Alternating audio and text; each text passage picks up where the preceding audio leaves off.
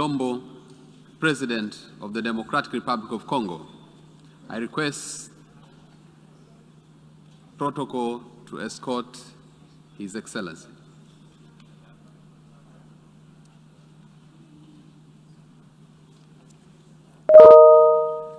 On behalf of the General Assembly, I have the honor to welcome to the United Nations His Excellency Felix Antonio Tshisekedi Chilombo, President of the Democratic Republic of Congo, and to invite him to address the Assembly. Monsieur le Président de la 76e session de l'Assemblée générale, Monsieur le Secrétaire général, Mesdames et Messieurs les chefs d'État et de gouvernement, Mesdames et Messieurs les chefs des délégations, c'est avec un réel plaisir que nous retrouvons cette salle de l'Assemblée générale après un peu plus d'une année d'absence par suite de la pandémie de Covid-19, cette peste du XXIe siècle qui secoue l'humanité, particulièrement par le nombre élevé de ses victimes, la destruction des économies des nations et l'aggravation de la pauvreté dans le monde. Ces retrouvailles sont encourageantes. Elles permettent d'espérer davantage un retour à la vie normale dans nos pays, et ce, grâce au génie de nos scientifiques et aux efforts communs de nos États, dans un élan de solidarité internationale remarquable. Nous devons accroître ces efforts et renforcer cet élan de solidarité pour vaincre définitivement la pandémie de Covid, relancer la croissance de nos économies et assurer un meilleur avenir aux populations de notre planète. C'est pourquoi je salue le choix du thème pour cette 76e session de l'Assemblée générale, à savoir miser sur l'espoir pour renforcer la résilience afin de se relever de la Covid-19, reconstruire durablement, répondre aux besoins de la planète, respecter les droits des personnes et revitaliser l'Organisation des Nations Unies. Ce thème traduit bien notre détermination d'éradiquer le Covid-19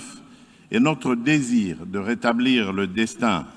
commun par le multilatéralisme sous la coordination d'une ONU à la hauteur des défis existentiels de l'humanité, notamment celui de la réalisation des objectifs du développement durable et inclusif. Monsieur le Président, la victoire contre la Covid-19 n'est possible et durable que si le combat demeure une affaire de tous et si nous atteignons un taux d'immunité collective suffisant pour l'ensemble de l'humanité. Pour sa part, l'Afrique n'a pas croisé les bras et n'entend point capituler devant une quelconque fatalité du destin. Au contraire, elle a mis en place une stratégie continentale commune contre la Covid-19. Dans ce cadre, elle a créé un fonds de réponse à la Covid-19 et lancé une plateforme de fourniture médicale pour garantir à tous ces pays l'accès aux équipements et fournitures nécessaires. L'Afrique a signé le 28 mars 2021 par le canal de l'African Vaccine Acquisition Trust, AVAT en sigle, un accord pour l'achat de 220 millions de doses de vaccins, et certains pays africains ont initié le projet de création de l'Agence africaine de médicaments. D'autres produisent déjà des vaccins sous licence. D'ici janvier 2022, le nombre de vaccins à distribuer dépassera dans notre continent les 25 millions de doses par mois. Des chercheurs africains de renommée mondiale en sciences médicales ont proposé une gamme de remèdes efficaces contre le coronavirus qui méritent d'être soutenus par notre organisation mondiale et les institutions scientifiques spécialisées. À ce sujet, je saisis cette occasion pour remercier tous les partenaires qui ont apporté leur appui aux efforts du continent dans la lutte contre cette pandémie. Quoi qu'il en soit, tout en nous félicitant des progrès incontestables de la science médicale en ce qui concerne le dépistage du virus et l'invention du vaccin dans un temps record, il y a lieu de constater malheureusement que le mal est encore loin d'être éradiqué. La récurrence de la pandémie, qui comme une hydre en est à sa troisième vague, plus virulente que les précédentes, notamment en Afrique et dans d'autres contrées du monde, inquiète et consume les espoirs suscités par ces avancées significatives. C'est pourquoi, pour renverser définitivement la tendance actuelle, les actions ci-après me paraissent urgentes. Premièrement, augmenter la capacité des tests dans les pays qui ne disposent pas de produits de laboratoire requis. Deuxièmement, assurer un approvisionnement suffisant et rapide en médicaments et équipements nécessaires à la prise en charge des malades. Troisièmement, généraliser la vaccination en approvisionnant en vaccins ceux qui ne les produisent pas et en les dotant de capacités de production locales. C'est ici le lieu de lancer un appel à la communauté internationale pour soutenir le projet de création de l'Agence africaine des médicaments. Quatrièmement, encourager la recherche médicale et accroître la coopération scientifique entre les institutions universitaires. Et enfin, cinquièmement, soutenir les politiques de réforme de structures sanitaires et élargir la couverture des soins de santé au plus grand nombre dans les pays en développement. Monsieur le Président, la Covid-19 n'est pas seulement destructrice de vies humaines, elle est aussi un virus de l'économie mondiale qu'elle a plongé dans la récession, aggravant ainsi notamment la vulnérabilité et la dépendance des économies des pays pauvres, dont beaucoup sont africains. De plus, l'impact de la baisse généralisée des activités économiques a été particulièrement ressenti en Afrique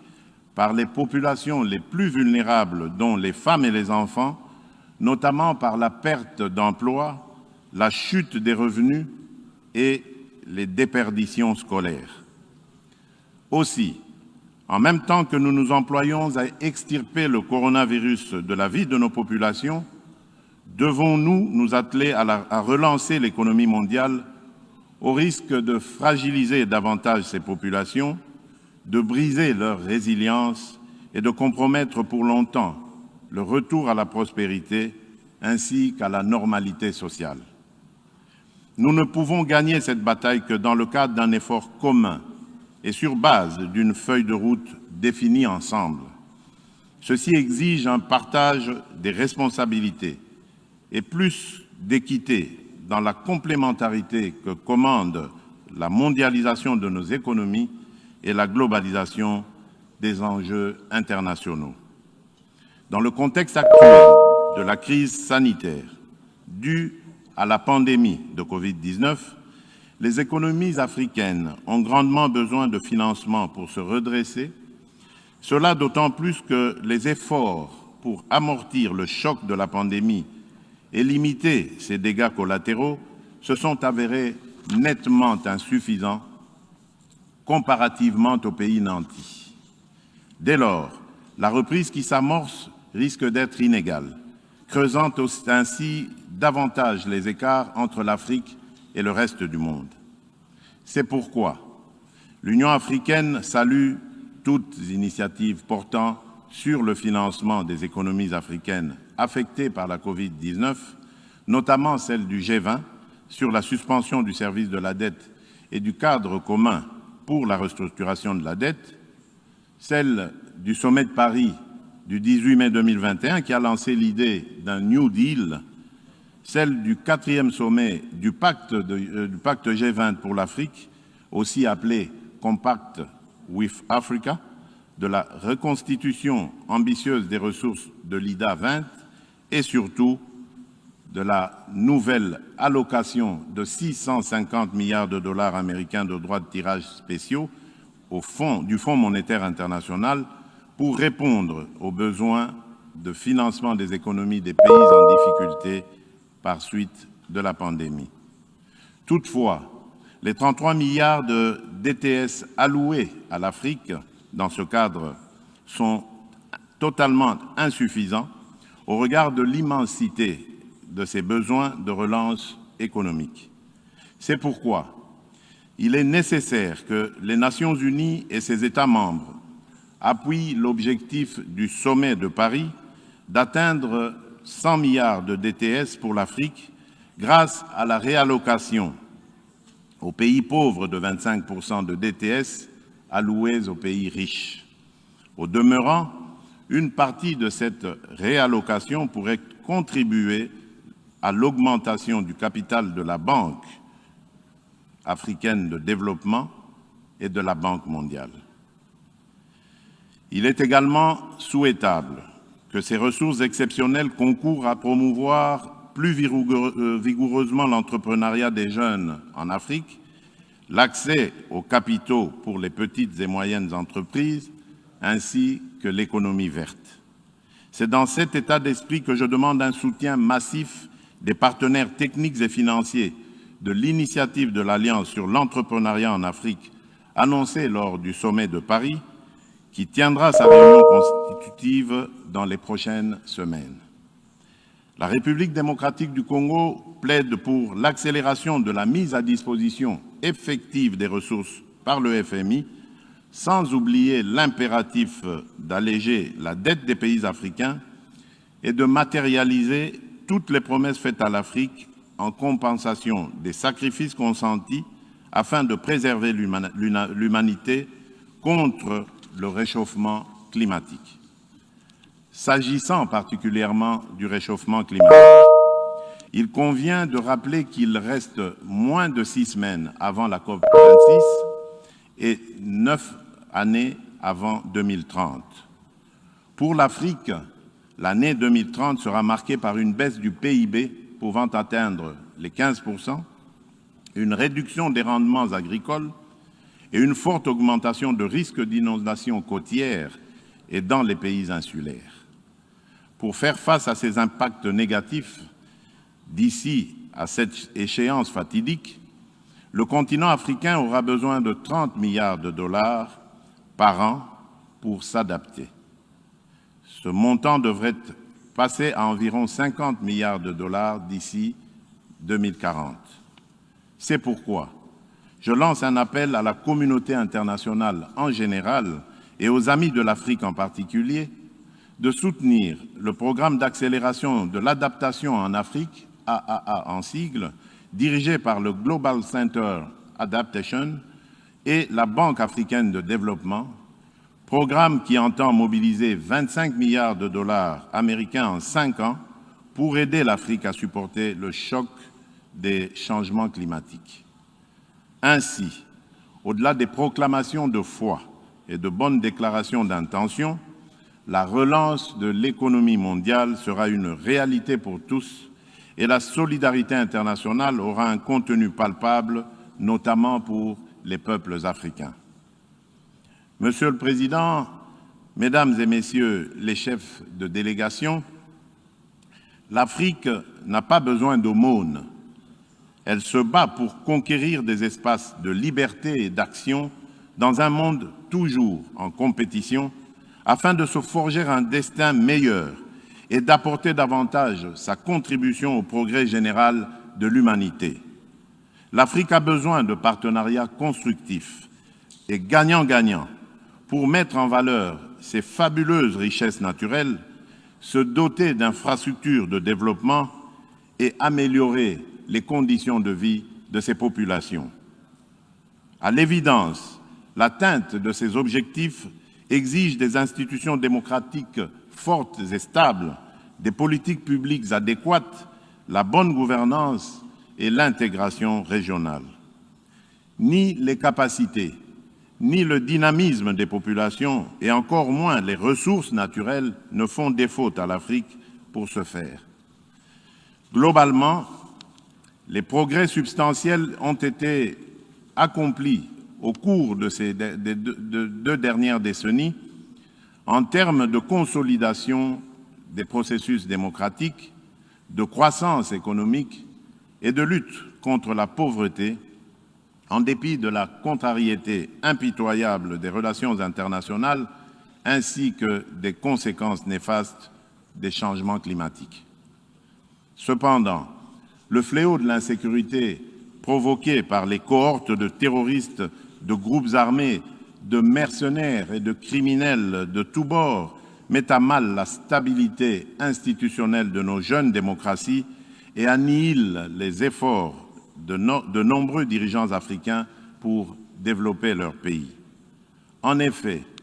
si la lutte contre Daesh a remporté de victoires incontestables au Moyen-Orient, plus précisément en Irak et en Syrie,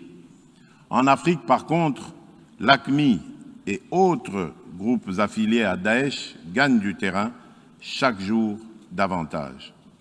Le Mali, le Niger, le Nigeria, le Cameroun, le Tchad et le Burkina Faso subissent régulièrement les attaques meurtrières de Daesh et des djihadistes de Boko Haram. Depuis 2017, le nord-est du Mozambique est victime d'attaques armées récurrentes des salafistes djihadistes de Ansar al-Sunna qui ont déjà causé au moins 2600 morts. L'intégrisme islamiste a atteint l'est de la République démocratique du Congo qui en paye un lourd tribut dans les provinces de l'Ituri, du nord Kivu, du sud Kivu et du Maniema. Des djihadistes qui y opèrent sous le couvert du FDLR et du mouvement Allied Democratic Forces, Madina at Tawed al-Mujahideen, en abrégé ADF-MTM, tuent mes compatriotes et pillent massivement les produits miniers et agricoles de mon pays. En avril dernier, des terroristes et des mercenaires venus de la Libye ont plongé l'Afrique dans une profonde tristesse en lui arrachant brutalement l'un de ses grands dirigeants, le maréchal Idriss Déby Itno, président de la République du Tchad, lâchement abattu au front pour défendre la souveraineté de son peuple et la vie de ses concitoyens. Du haut de cette tribune des Nations Unies, je salue, au nom du peuple congolais, la bravoure et l'engagement de cette figure historique pour protéger l'Afrique contre le terrorisme. Monsieur le Président, Mesdames et Messieurs les chefs de délégation, l'Afrique refuse de servir de base arrière au terrorisme international, raison pour laquelle certains dirigeants africains, comme ceux du G5 Sahel, se sont organisés pour mutualiser leurs forces contre cet ennemi commun. Pour traduire la volonté et la détermination farouche du peuple congolais et de ses dirigeants de participer activement à l'éradication du terrorisme qui non seulement détruit les nations et compromet l'avenir de la démocratie dans le monde, mais aussi étend de plus en plus ses tentacules en Afrique, la République démocratique du Congo a adhéré à la coalition mondiale contre le terrorisme comme 80e membre. Mon pays se félicite de la décision prise par la réunion de la coalition tenue à Rome le 28 juin dernier de créer en son sein un groupe de travail sur le terrorisme en Afrique. Monsieur le Président, l'article 1er, point 1 du chapitre 1er de la Charte des Nations Unies dispose clairement que l'un des buts de la création de l'Organisation des Nations Unies est de maintenir la paix et la sécurité internationale. De nos jours, la paix et la sécurité internationale sont largement tributaires de la stabilité interne des États membres. C'est pourquoi, lorsque les États africains sont déstabilisés ou menacés de déstabilisation, notamment par le terrorisme, l'ONU a le devoir de les soutenir activement dans leur combat héroïque pour le bien-être de l'humanité, au-delà des déclarations de compassion et d'intention, peu suivies des faits sur le terrain. Si la communauté des nations minimise le danger que représente la propagation du djihadisme en Afrique, si elle n'adopte pas une stratégie globale et efficace pour éradiquer ce fléau, les plaies ouvertes dans la zone saharienne, en Afrique centrale et australe, continueront à se métastaser jusqu'à faire jonction pour devenir une menace réelle pour la paix et la sécurité internationale. Aussi, la République démocratique du Congo soutient la mise en œuvre d'une stratégie mondiale contre le terrorisme sur les piliers ci-après: l'adoption des politiques sécuritaires concertées, le renforcement des moyens des États, notamment par la mutualisation des ressources et l'échange d'informations sécuritaires, le respect des droits de l'homme et la prévention. Dans le cadre de la prévention, justement, il est essentiel de souligner qu'en sus du traitement sécuritaire impliquant les services d'intelligence et d'action, nous devons promouvoir le traitement socio-économique en amont, centré sur l'éducation, l'emploi des jeunes et la lutte contre la pauvreté pour extirper durablement le terrorisme de nos sociétés. Tant que les injustices et les inégalités entre les nations et les individus persisteront dans le monde, le terrorisme trouvera toujours un terreau fertile pour son émergence et sa propagation. Monsieur le Président, Mesdames et Messieurs les chefs des délégations, les peuples africains et leurs dirigeants sont suffisamment conscients de ce que le développement de leur continent relève de leurs responsabilités exclusives et dépend de l'intégration de leurs pays respectifs dans une zone de libre-échange. Celle-ci devra en effet favoriser les mouvements des personnes et des biens, ainsi que la complémentarité des intelligences, des énergies et des projets. La création de la zone de libre-échange continentale africaine, la ZLECAf en sigle, procède de cette prise de conscience de la volonté des Africains de consolider leur indépendance économique et d'un impératif de développement de l'Afrique dans un monde où les pauvres n'ont droit qu'à la commisération et au mépris. Réussir la ZLECAf, c'est-à-dire la rendre effective et la transformer en un vaste marché de plus d'1 milliard de consommateurs, devient aussi un enjeu et un défi majeur, aussi bien pour les dirigeants que pour les élites africaines au cours de ce XXIe siècle. En République démocratique du Congo, nous sommes convaincus que l'Afrique gagnera cet enjeu et relèvera ce défi puisqu'elle en a les moyens et la détermination. Les principaux instruments de cette grande ambition d'intégration africaine sont notamment la réalisation des projets régionaux et continentaux prioritaires inscrits dans l'agenda 2063,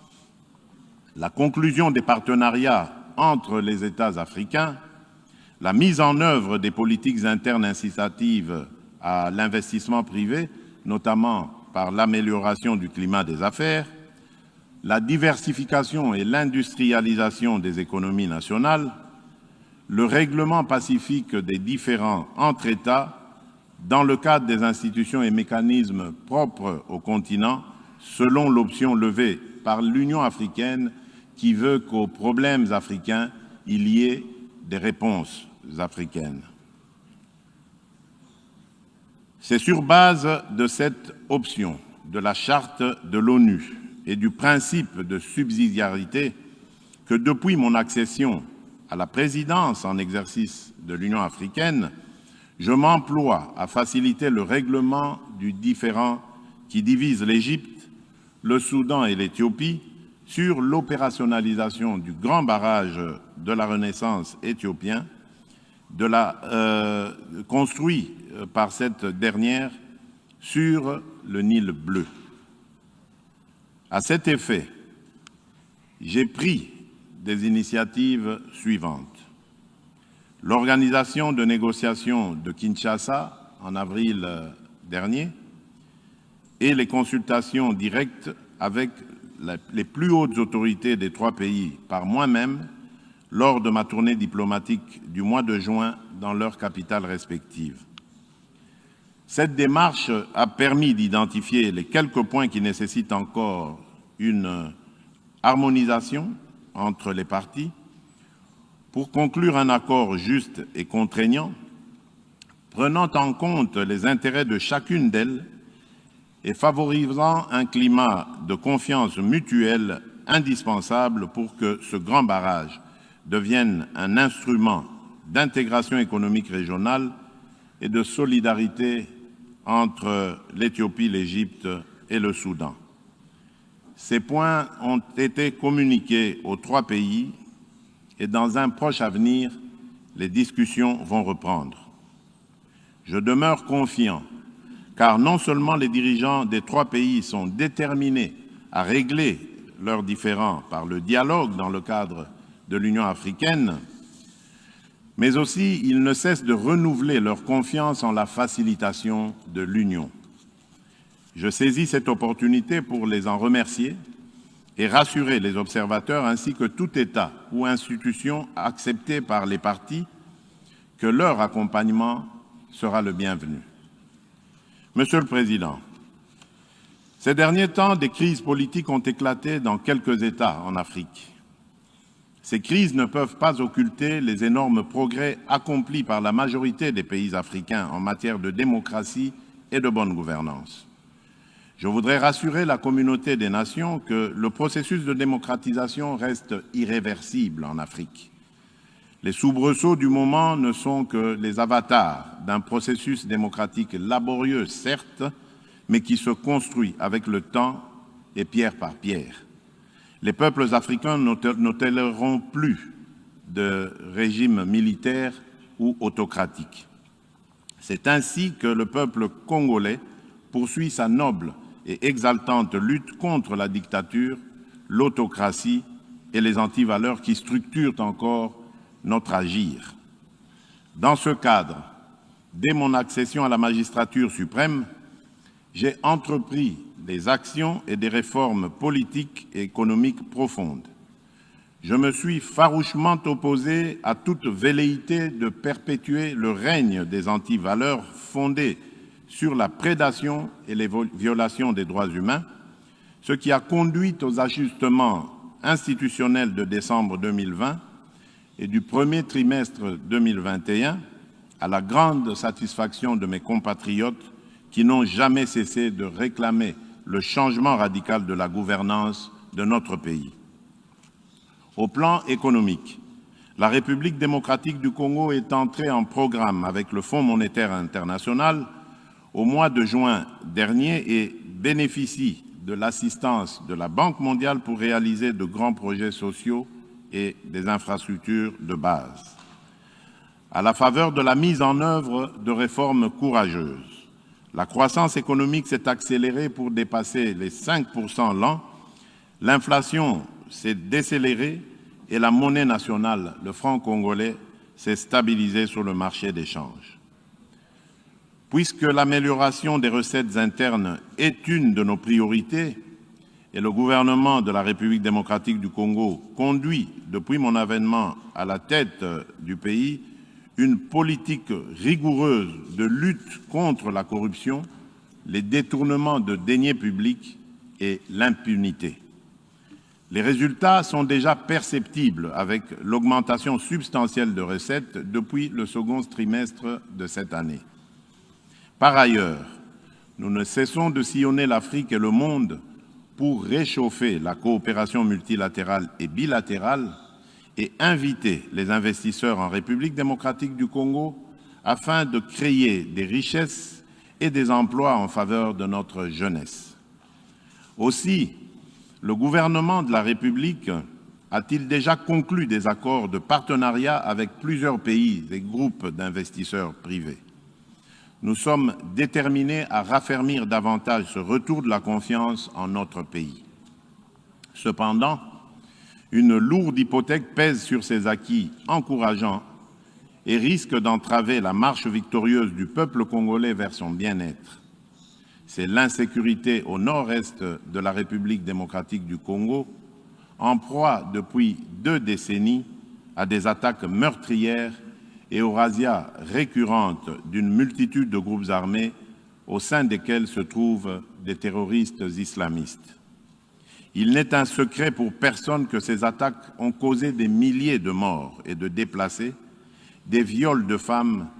et des violations massives des droits de l'homme.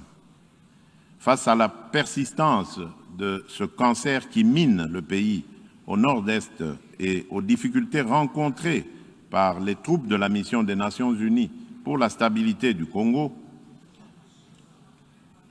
sur le théâtre des opérations, j'ai décidé de proclamer, conformément à l'article 85 de la Constitution, l'état de siège pour mettre fin à l'insécurité dans une région stratégique de la République démocratique du Congo.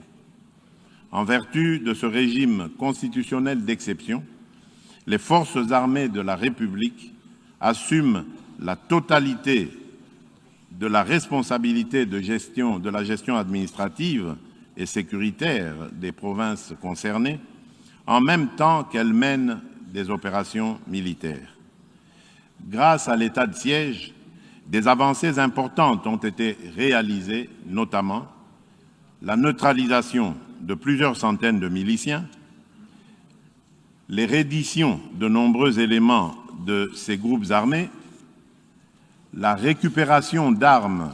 et de munitions par les forces armées de la République,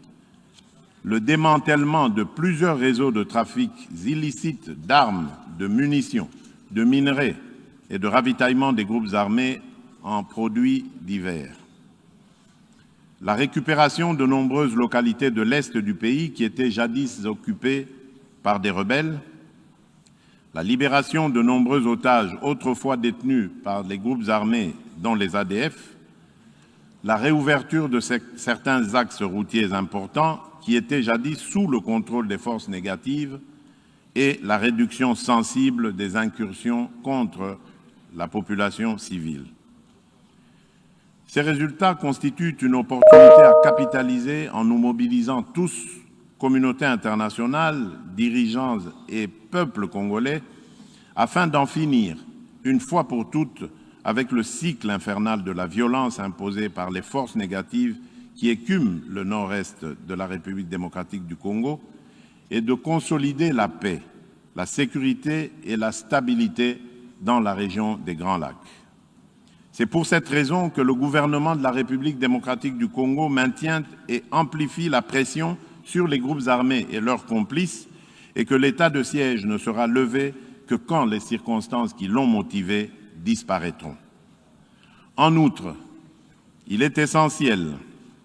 que l'application à la République démocratique du Congo des mesures de notification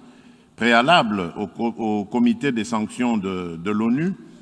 imposées par le paragraphe 5 de la résolution 1807 pour toute importation d'effets militaires par le gouvernement de mon pays ou toute prestation d'assistance, conseil ou formation liée aux activités militaires des forces armées et de sécurité de la République démocratique du Congo soit levée. Et ce, d'autant plus que le gouvernement a la mission constitutionnelle d'assurer la sécurité des personnes et des biens sur toute l'étendue du territoire national. Des sanctions sévères et exemplaires soient prises contre tous les réseaux mafieux, qu'il s'agisse de pays de transit ou de destination, ou encore contre les multinationales qui exploitent illégalement les minerais de mon pays et alimentent en échange les groupes armés en armes et munitions, pérennisant ainsi le conflit en République démocratique du Congo et dans la région des Grands Lacs. Le retrait de la MONUSCO soit progressif, responsable et ordonné conformément à la résolution 2556-2020 du Conseil de sécurité de l'ONU. Monsieur le Président, en application de cette résolution, un comité conjoint République démocratique du Congo-MONUSCO, élargi à d'autres agences des Nations Unies et à la société civile, a été constitué pour définir la stratégie à élaborer et la feuille de route du retrait définitif de la MONUSCO en République démocratique du Congo. Le gouvernement de mon pays souscrit au plan de transition pour le retrait échelonné, responsable et durable de la MONUSCO élaboré par ce comité conjoint en collaboration avec la société civile. Pendant la période de transition qui expire en 2024,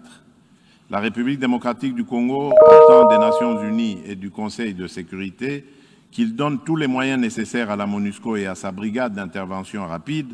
afin qu'elles remplissent leurs mandats et missions respectifs conformément à la résolution précitée.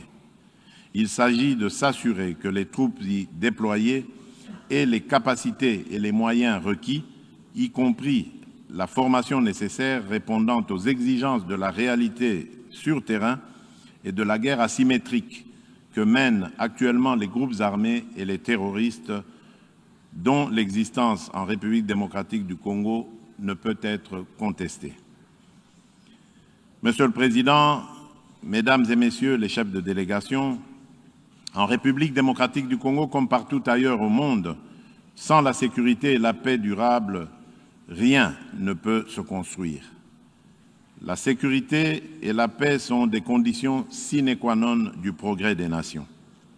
Le peuple congolais en a besoin pour sa prospérité et la construction de sa démocratie encore fragile. C'est pourquoi je consacre toute mon énergie et attache le plus grand intérêt à la fin de l'insécurité, des massacres et des pillages, et à l'instauration d'une paix durable dans l'ensemble de la République démocratique du Congo, ce qui contribuera davantage à l'organisation d'élections libres, transparentes, inclusives et crédibles prévues en 2023. Je ne saurais terminer mon intervention sans rappeler une fois de plus la sempiternelle problématique de la réforme de l'ONU et de la représentation de l'Afrique au sein de son Conseil de sécurité. On ne l'aura jamais assez répété. Il s'agit d'une question d'efficacité de l'ONU et de justice à rendre à un continent, mieux à un pan entier de l'humanité dont le rôle ne cesse de s'accroître chaque jour davantage dans la conduite des affaires internationales. En vérité, la revitalisation de l'ONU, retenue pour nos discussions au cours de cette session, est aussi à ce prix. Les Nations unies commettraient une faute politique grave en restant toujours dans la rationalité des rapports de force issus de la guerre mondiale de 1940-45, il y a 76 ans. À ce sujet, je réitère la position commune africaine arrêtée par les chefs d'État et de gouvernement, contenue dans le consensus d'Ezulwini et dans la déclaration de Sirte. Il s'agit de représenter l'Afrique par 2 sièges supplémentaires dans la catégorie des membres non permanents et de 2 autres dans celle des membres permanents, avec les mêmes droits, y compris celui de veto, les mêmes privilèges et obligations que ceux des membres permanents actuels. Au nom du peuple congolais, je souhaite plein succès aux travaux de la 76e session ordinaire de l'Assemblée générale des Nations unies. Je vous remercie.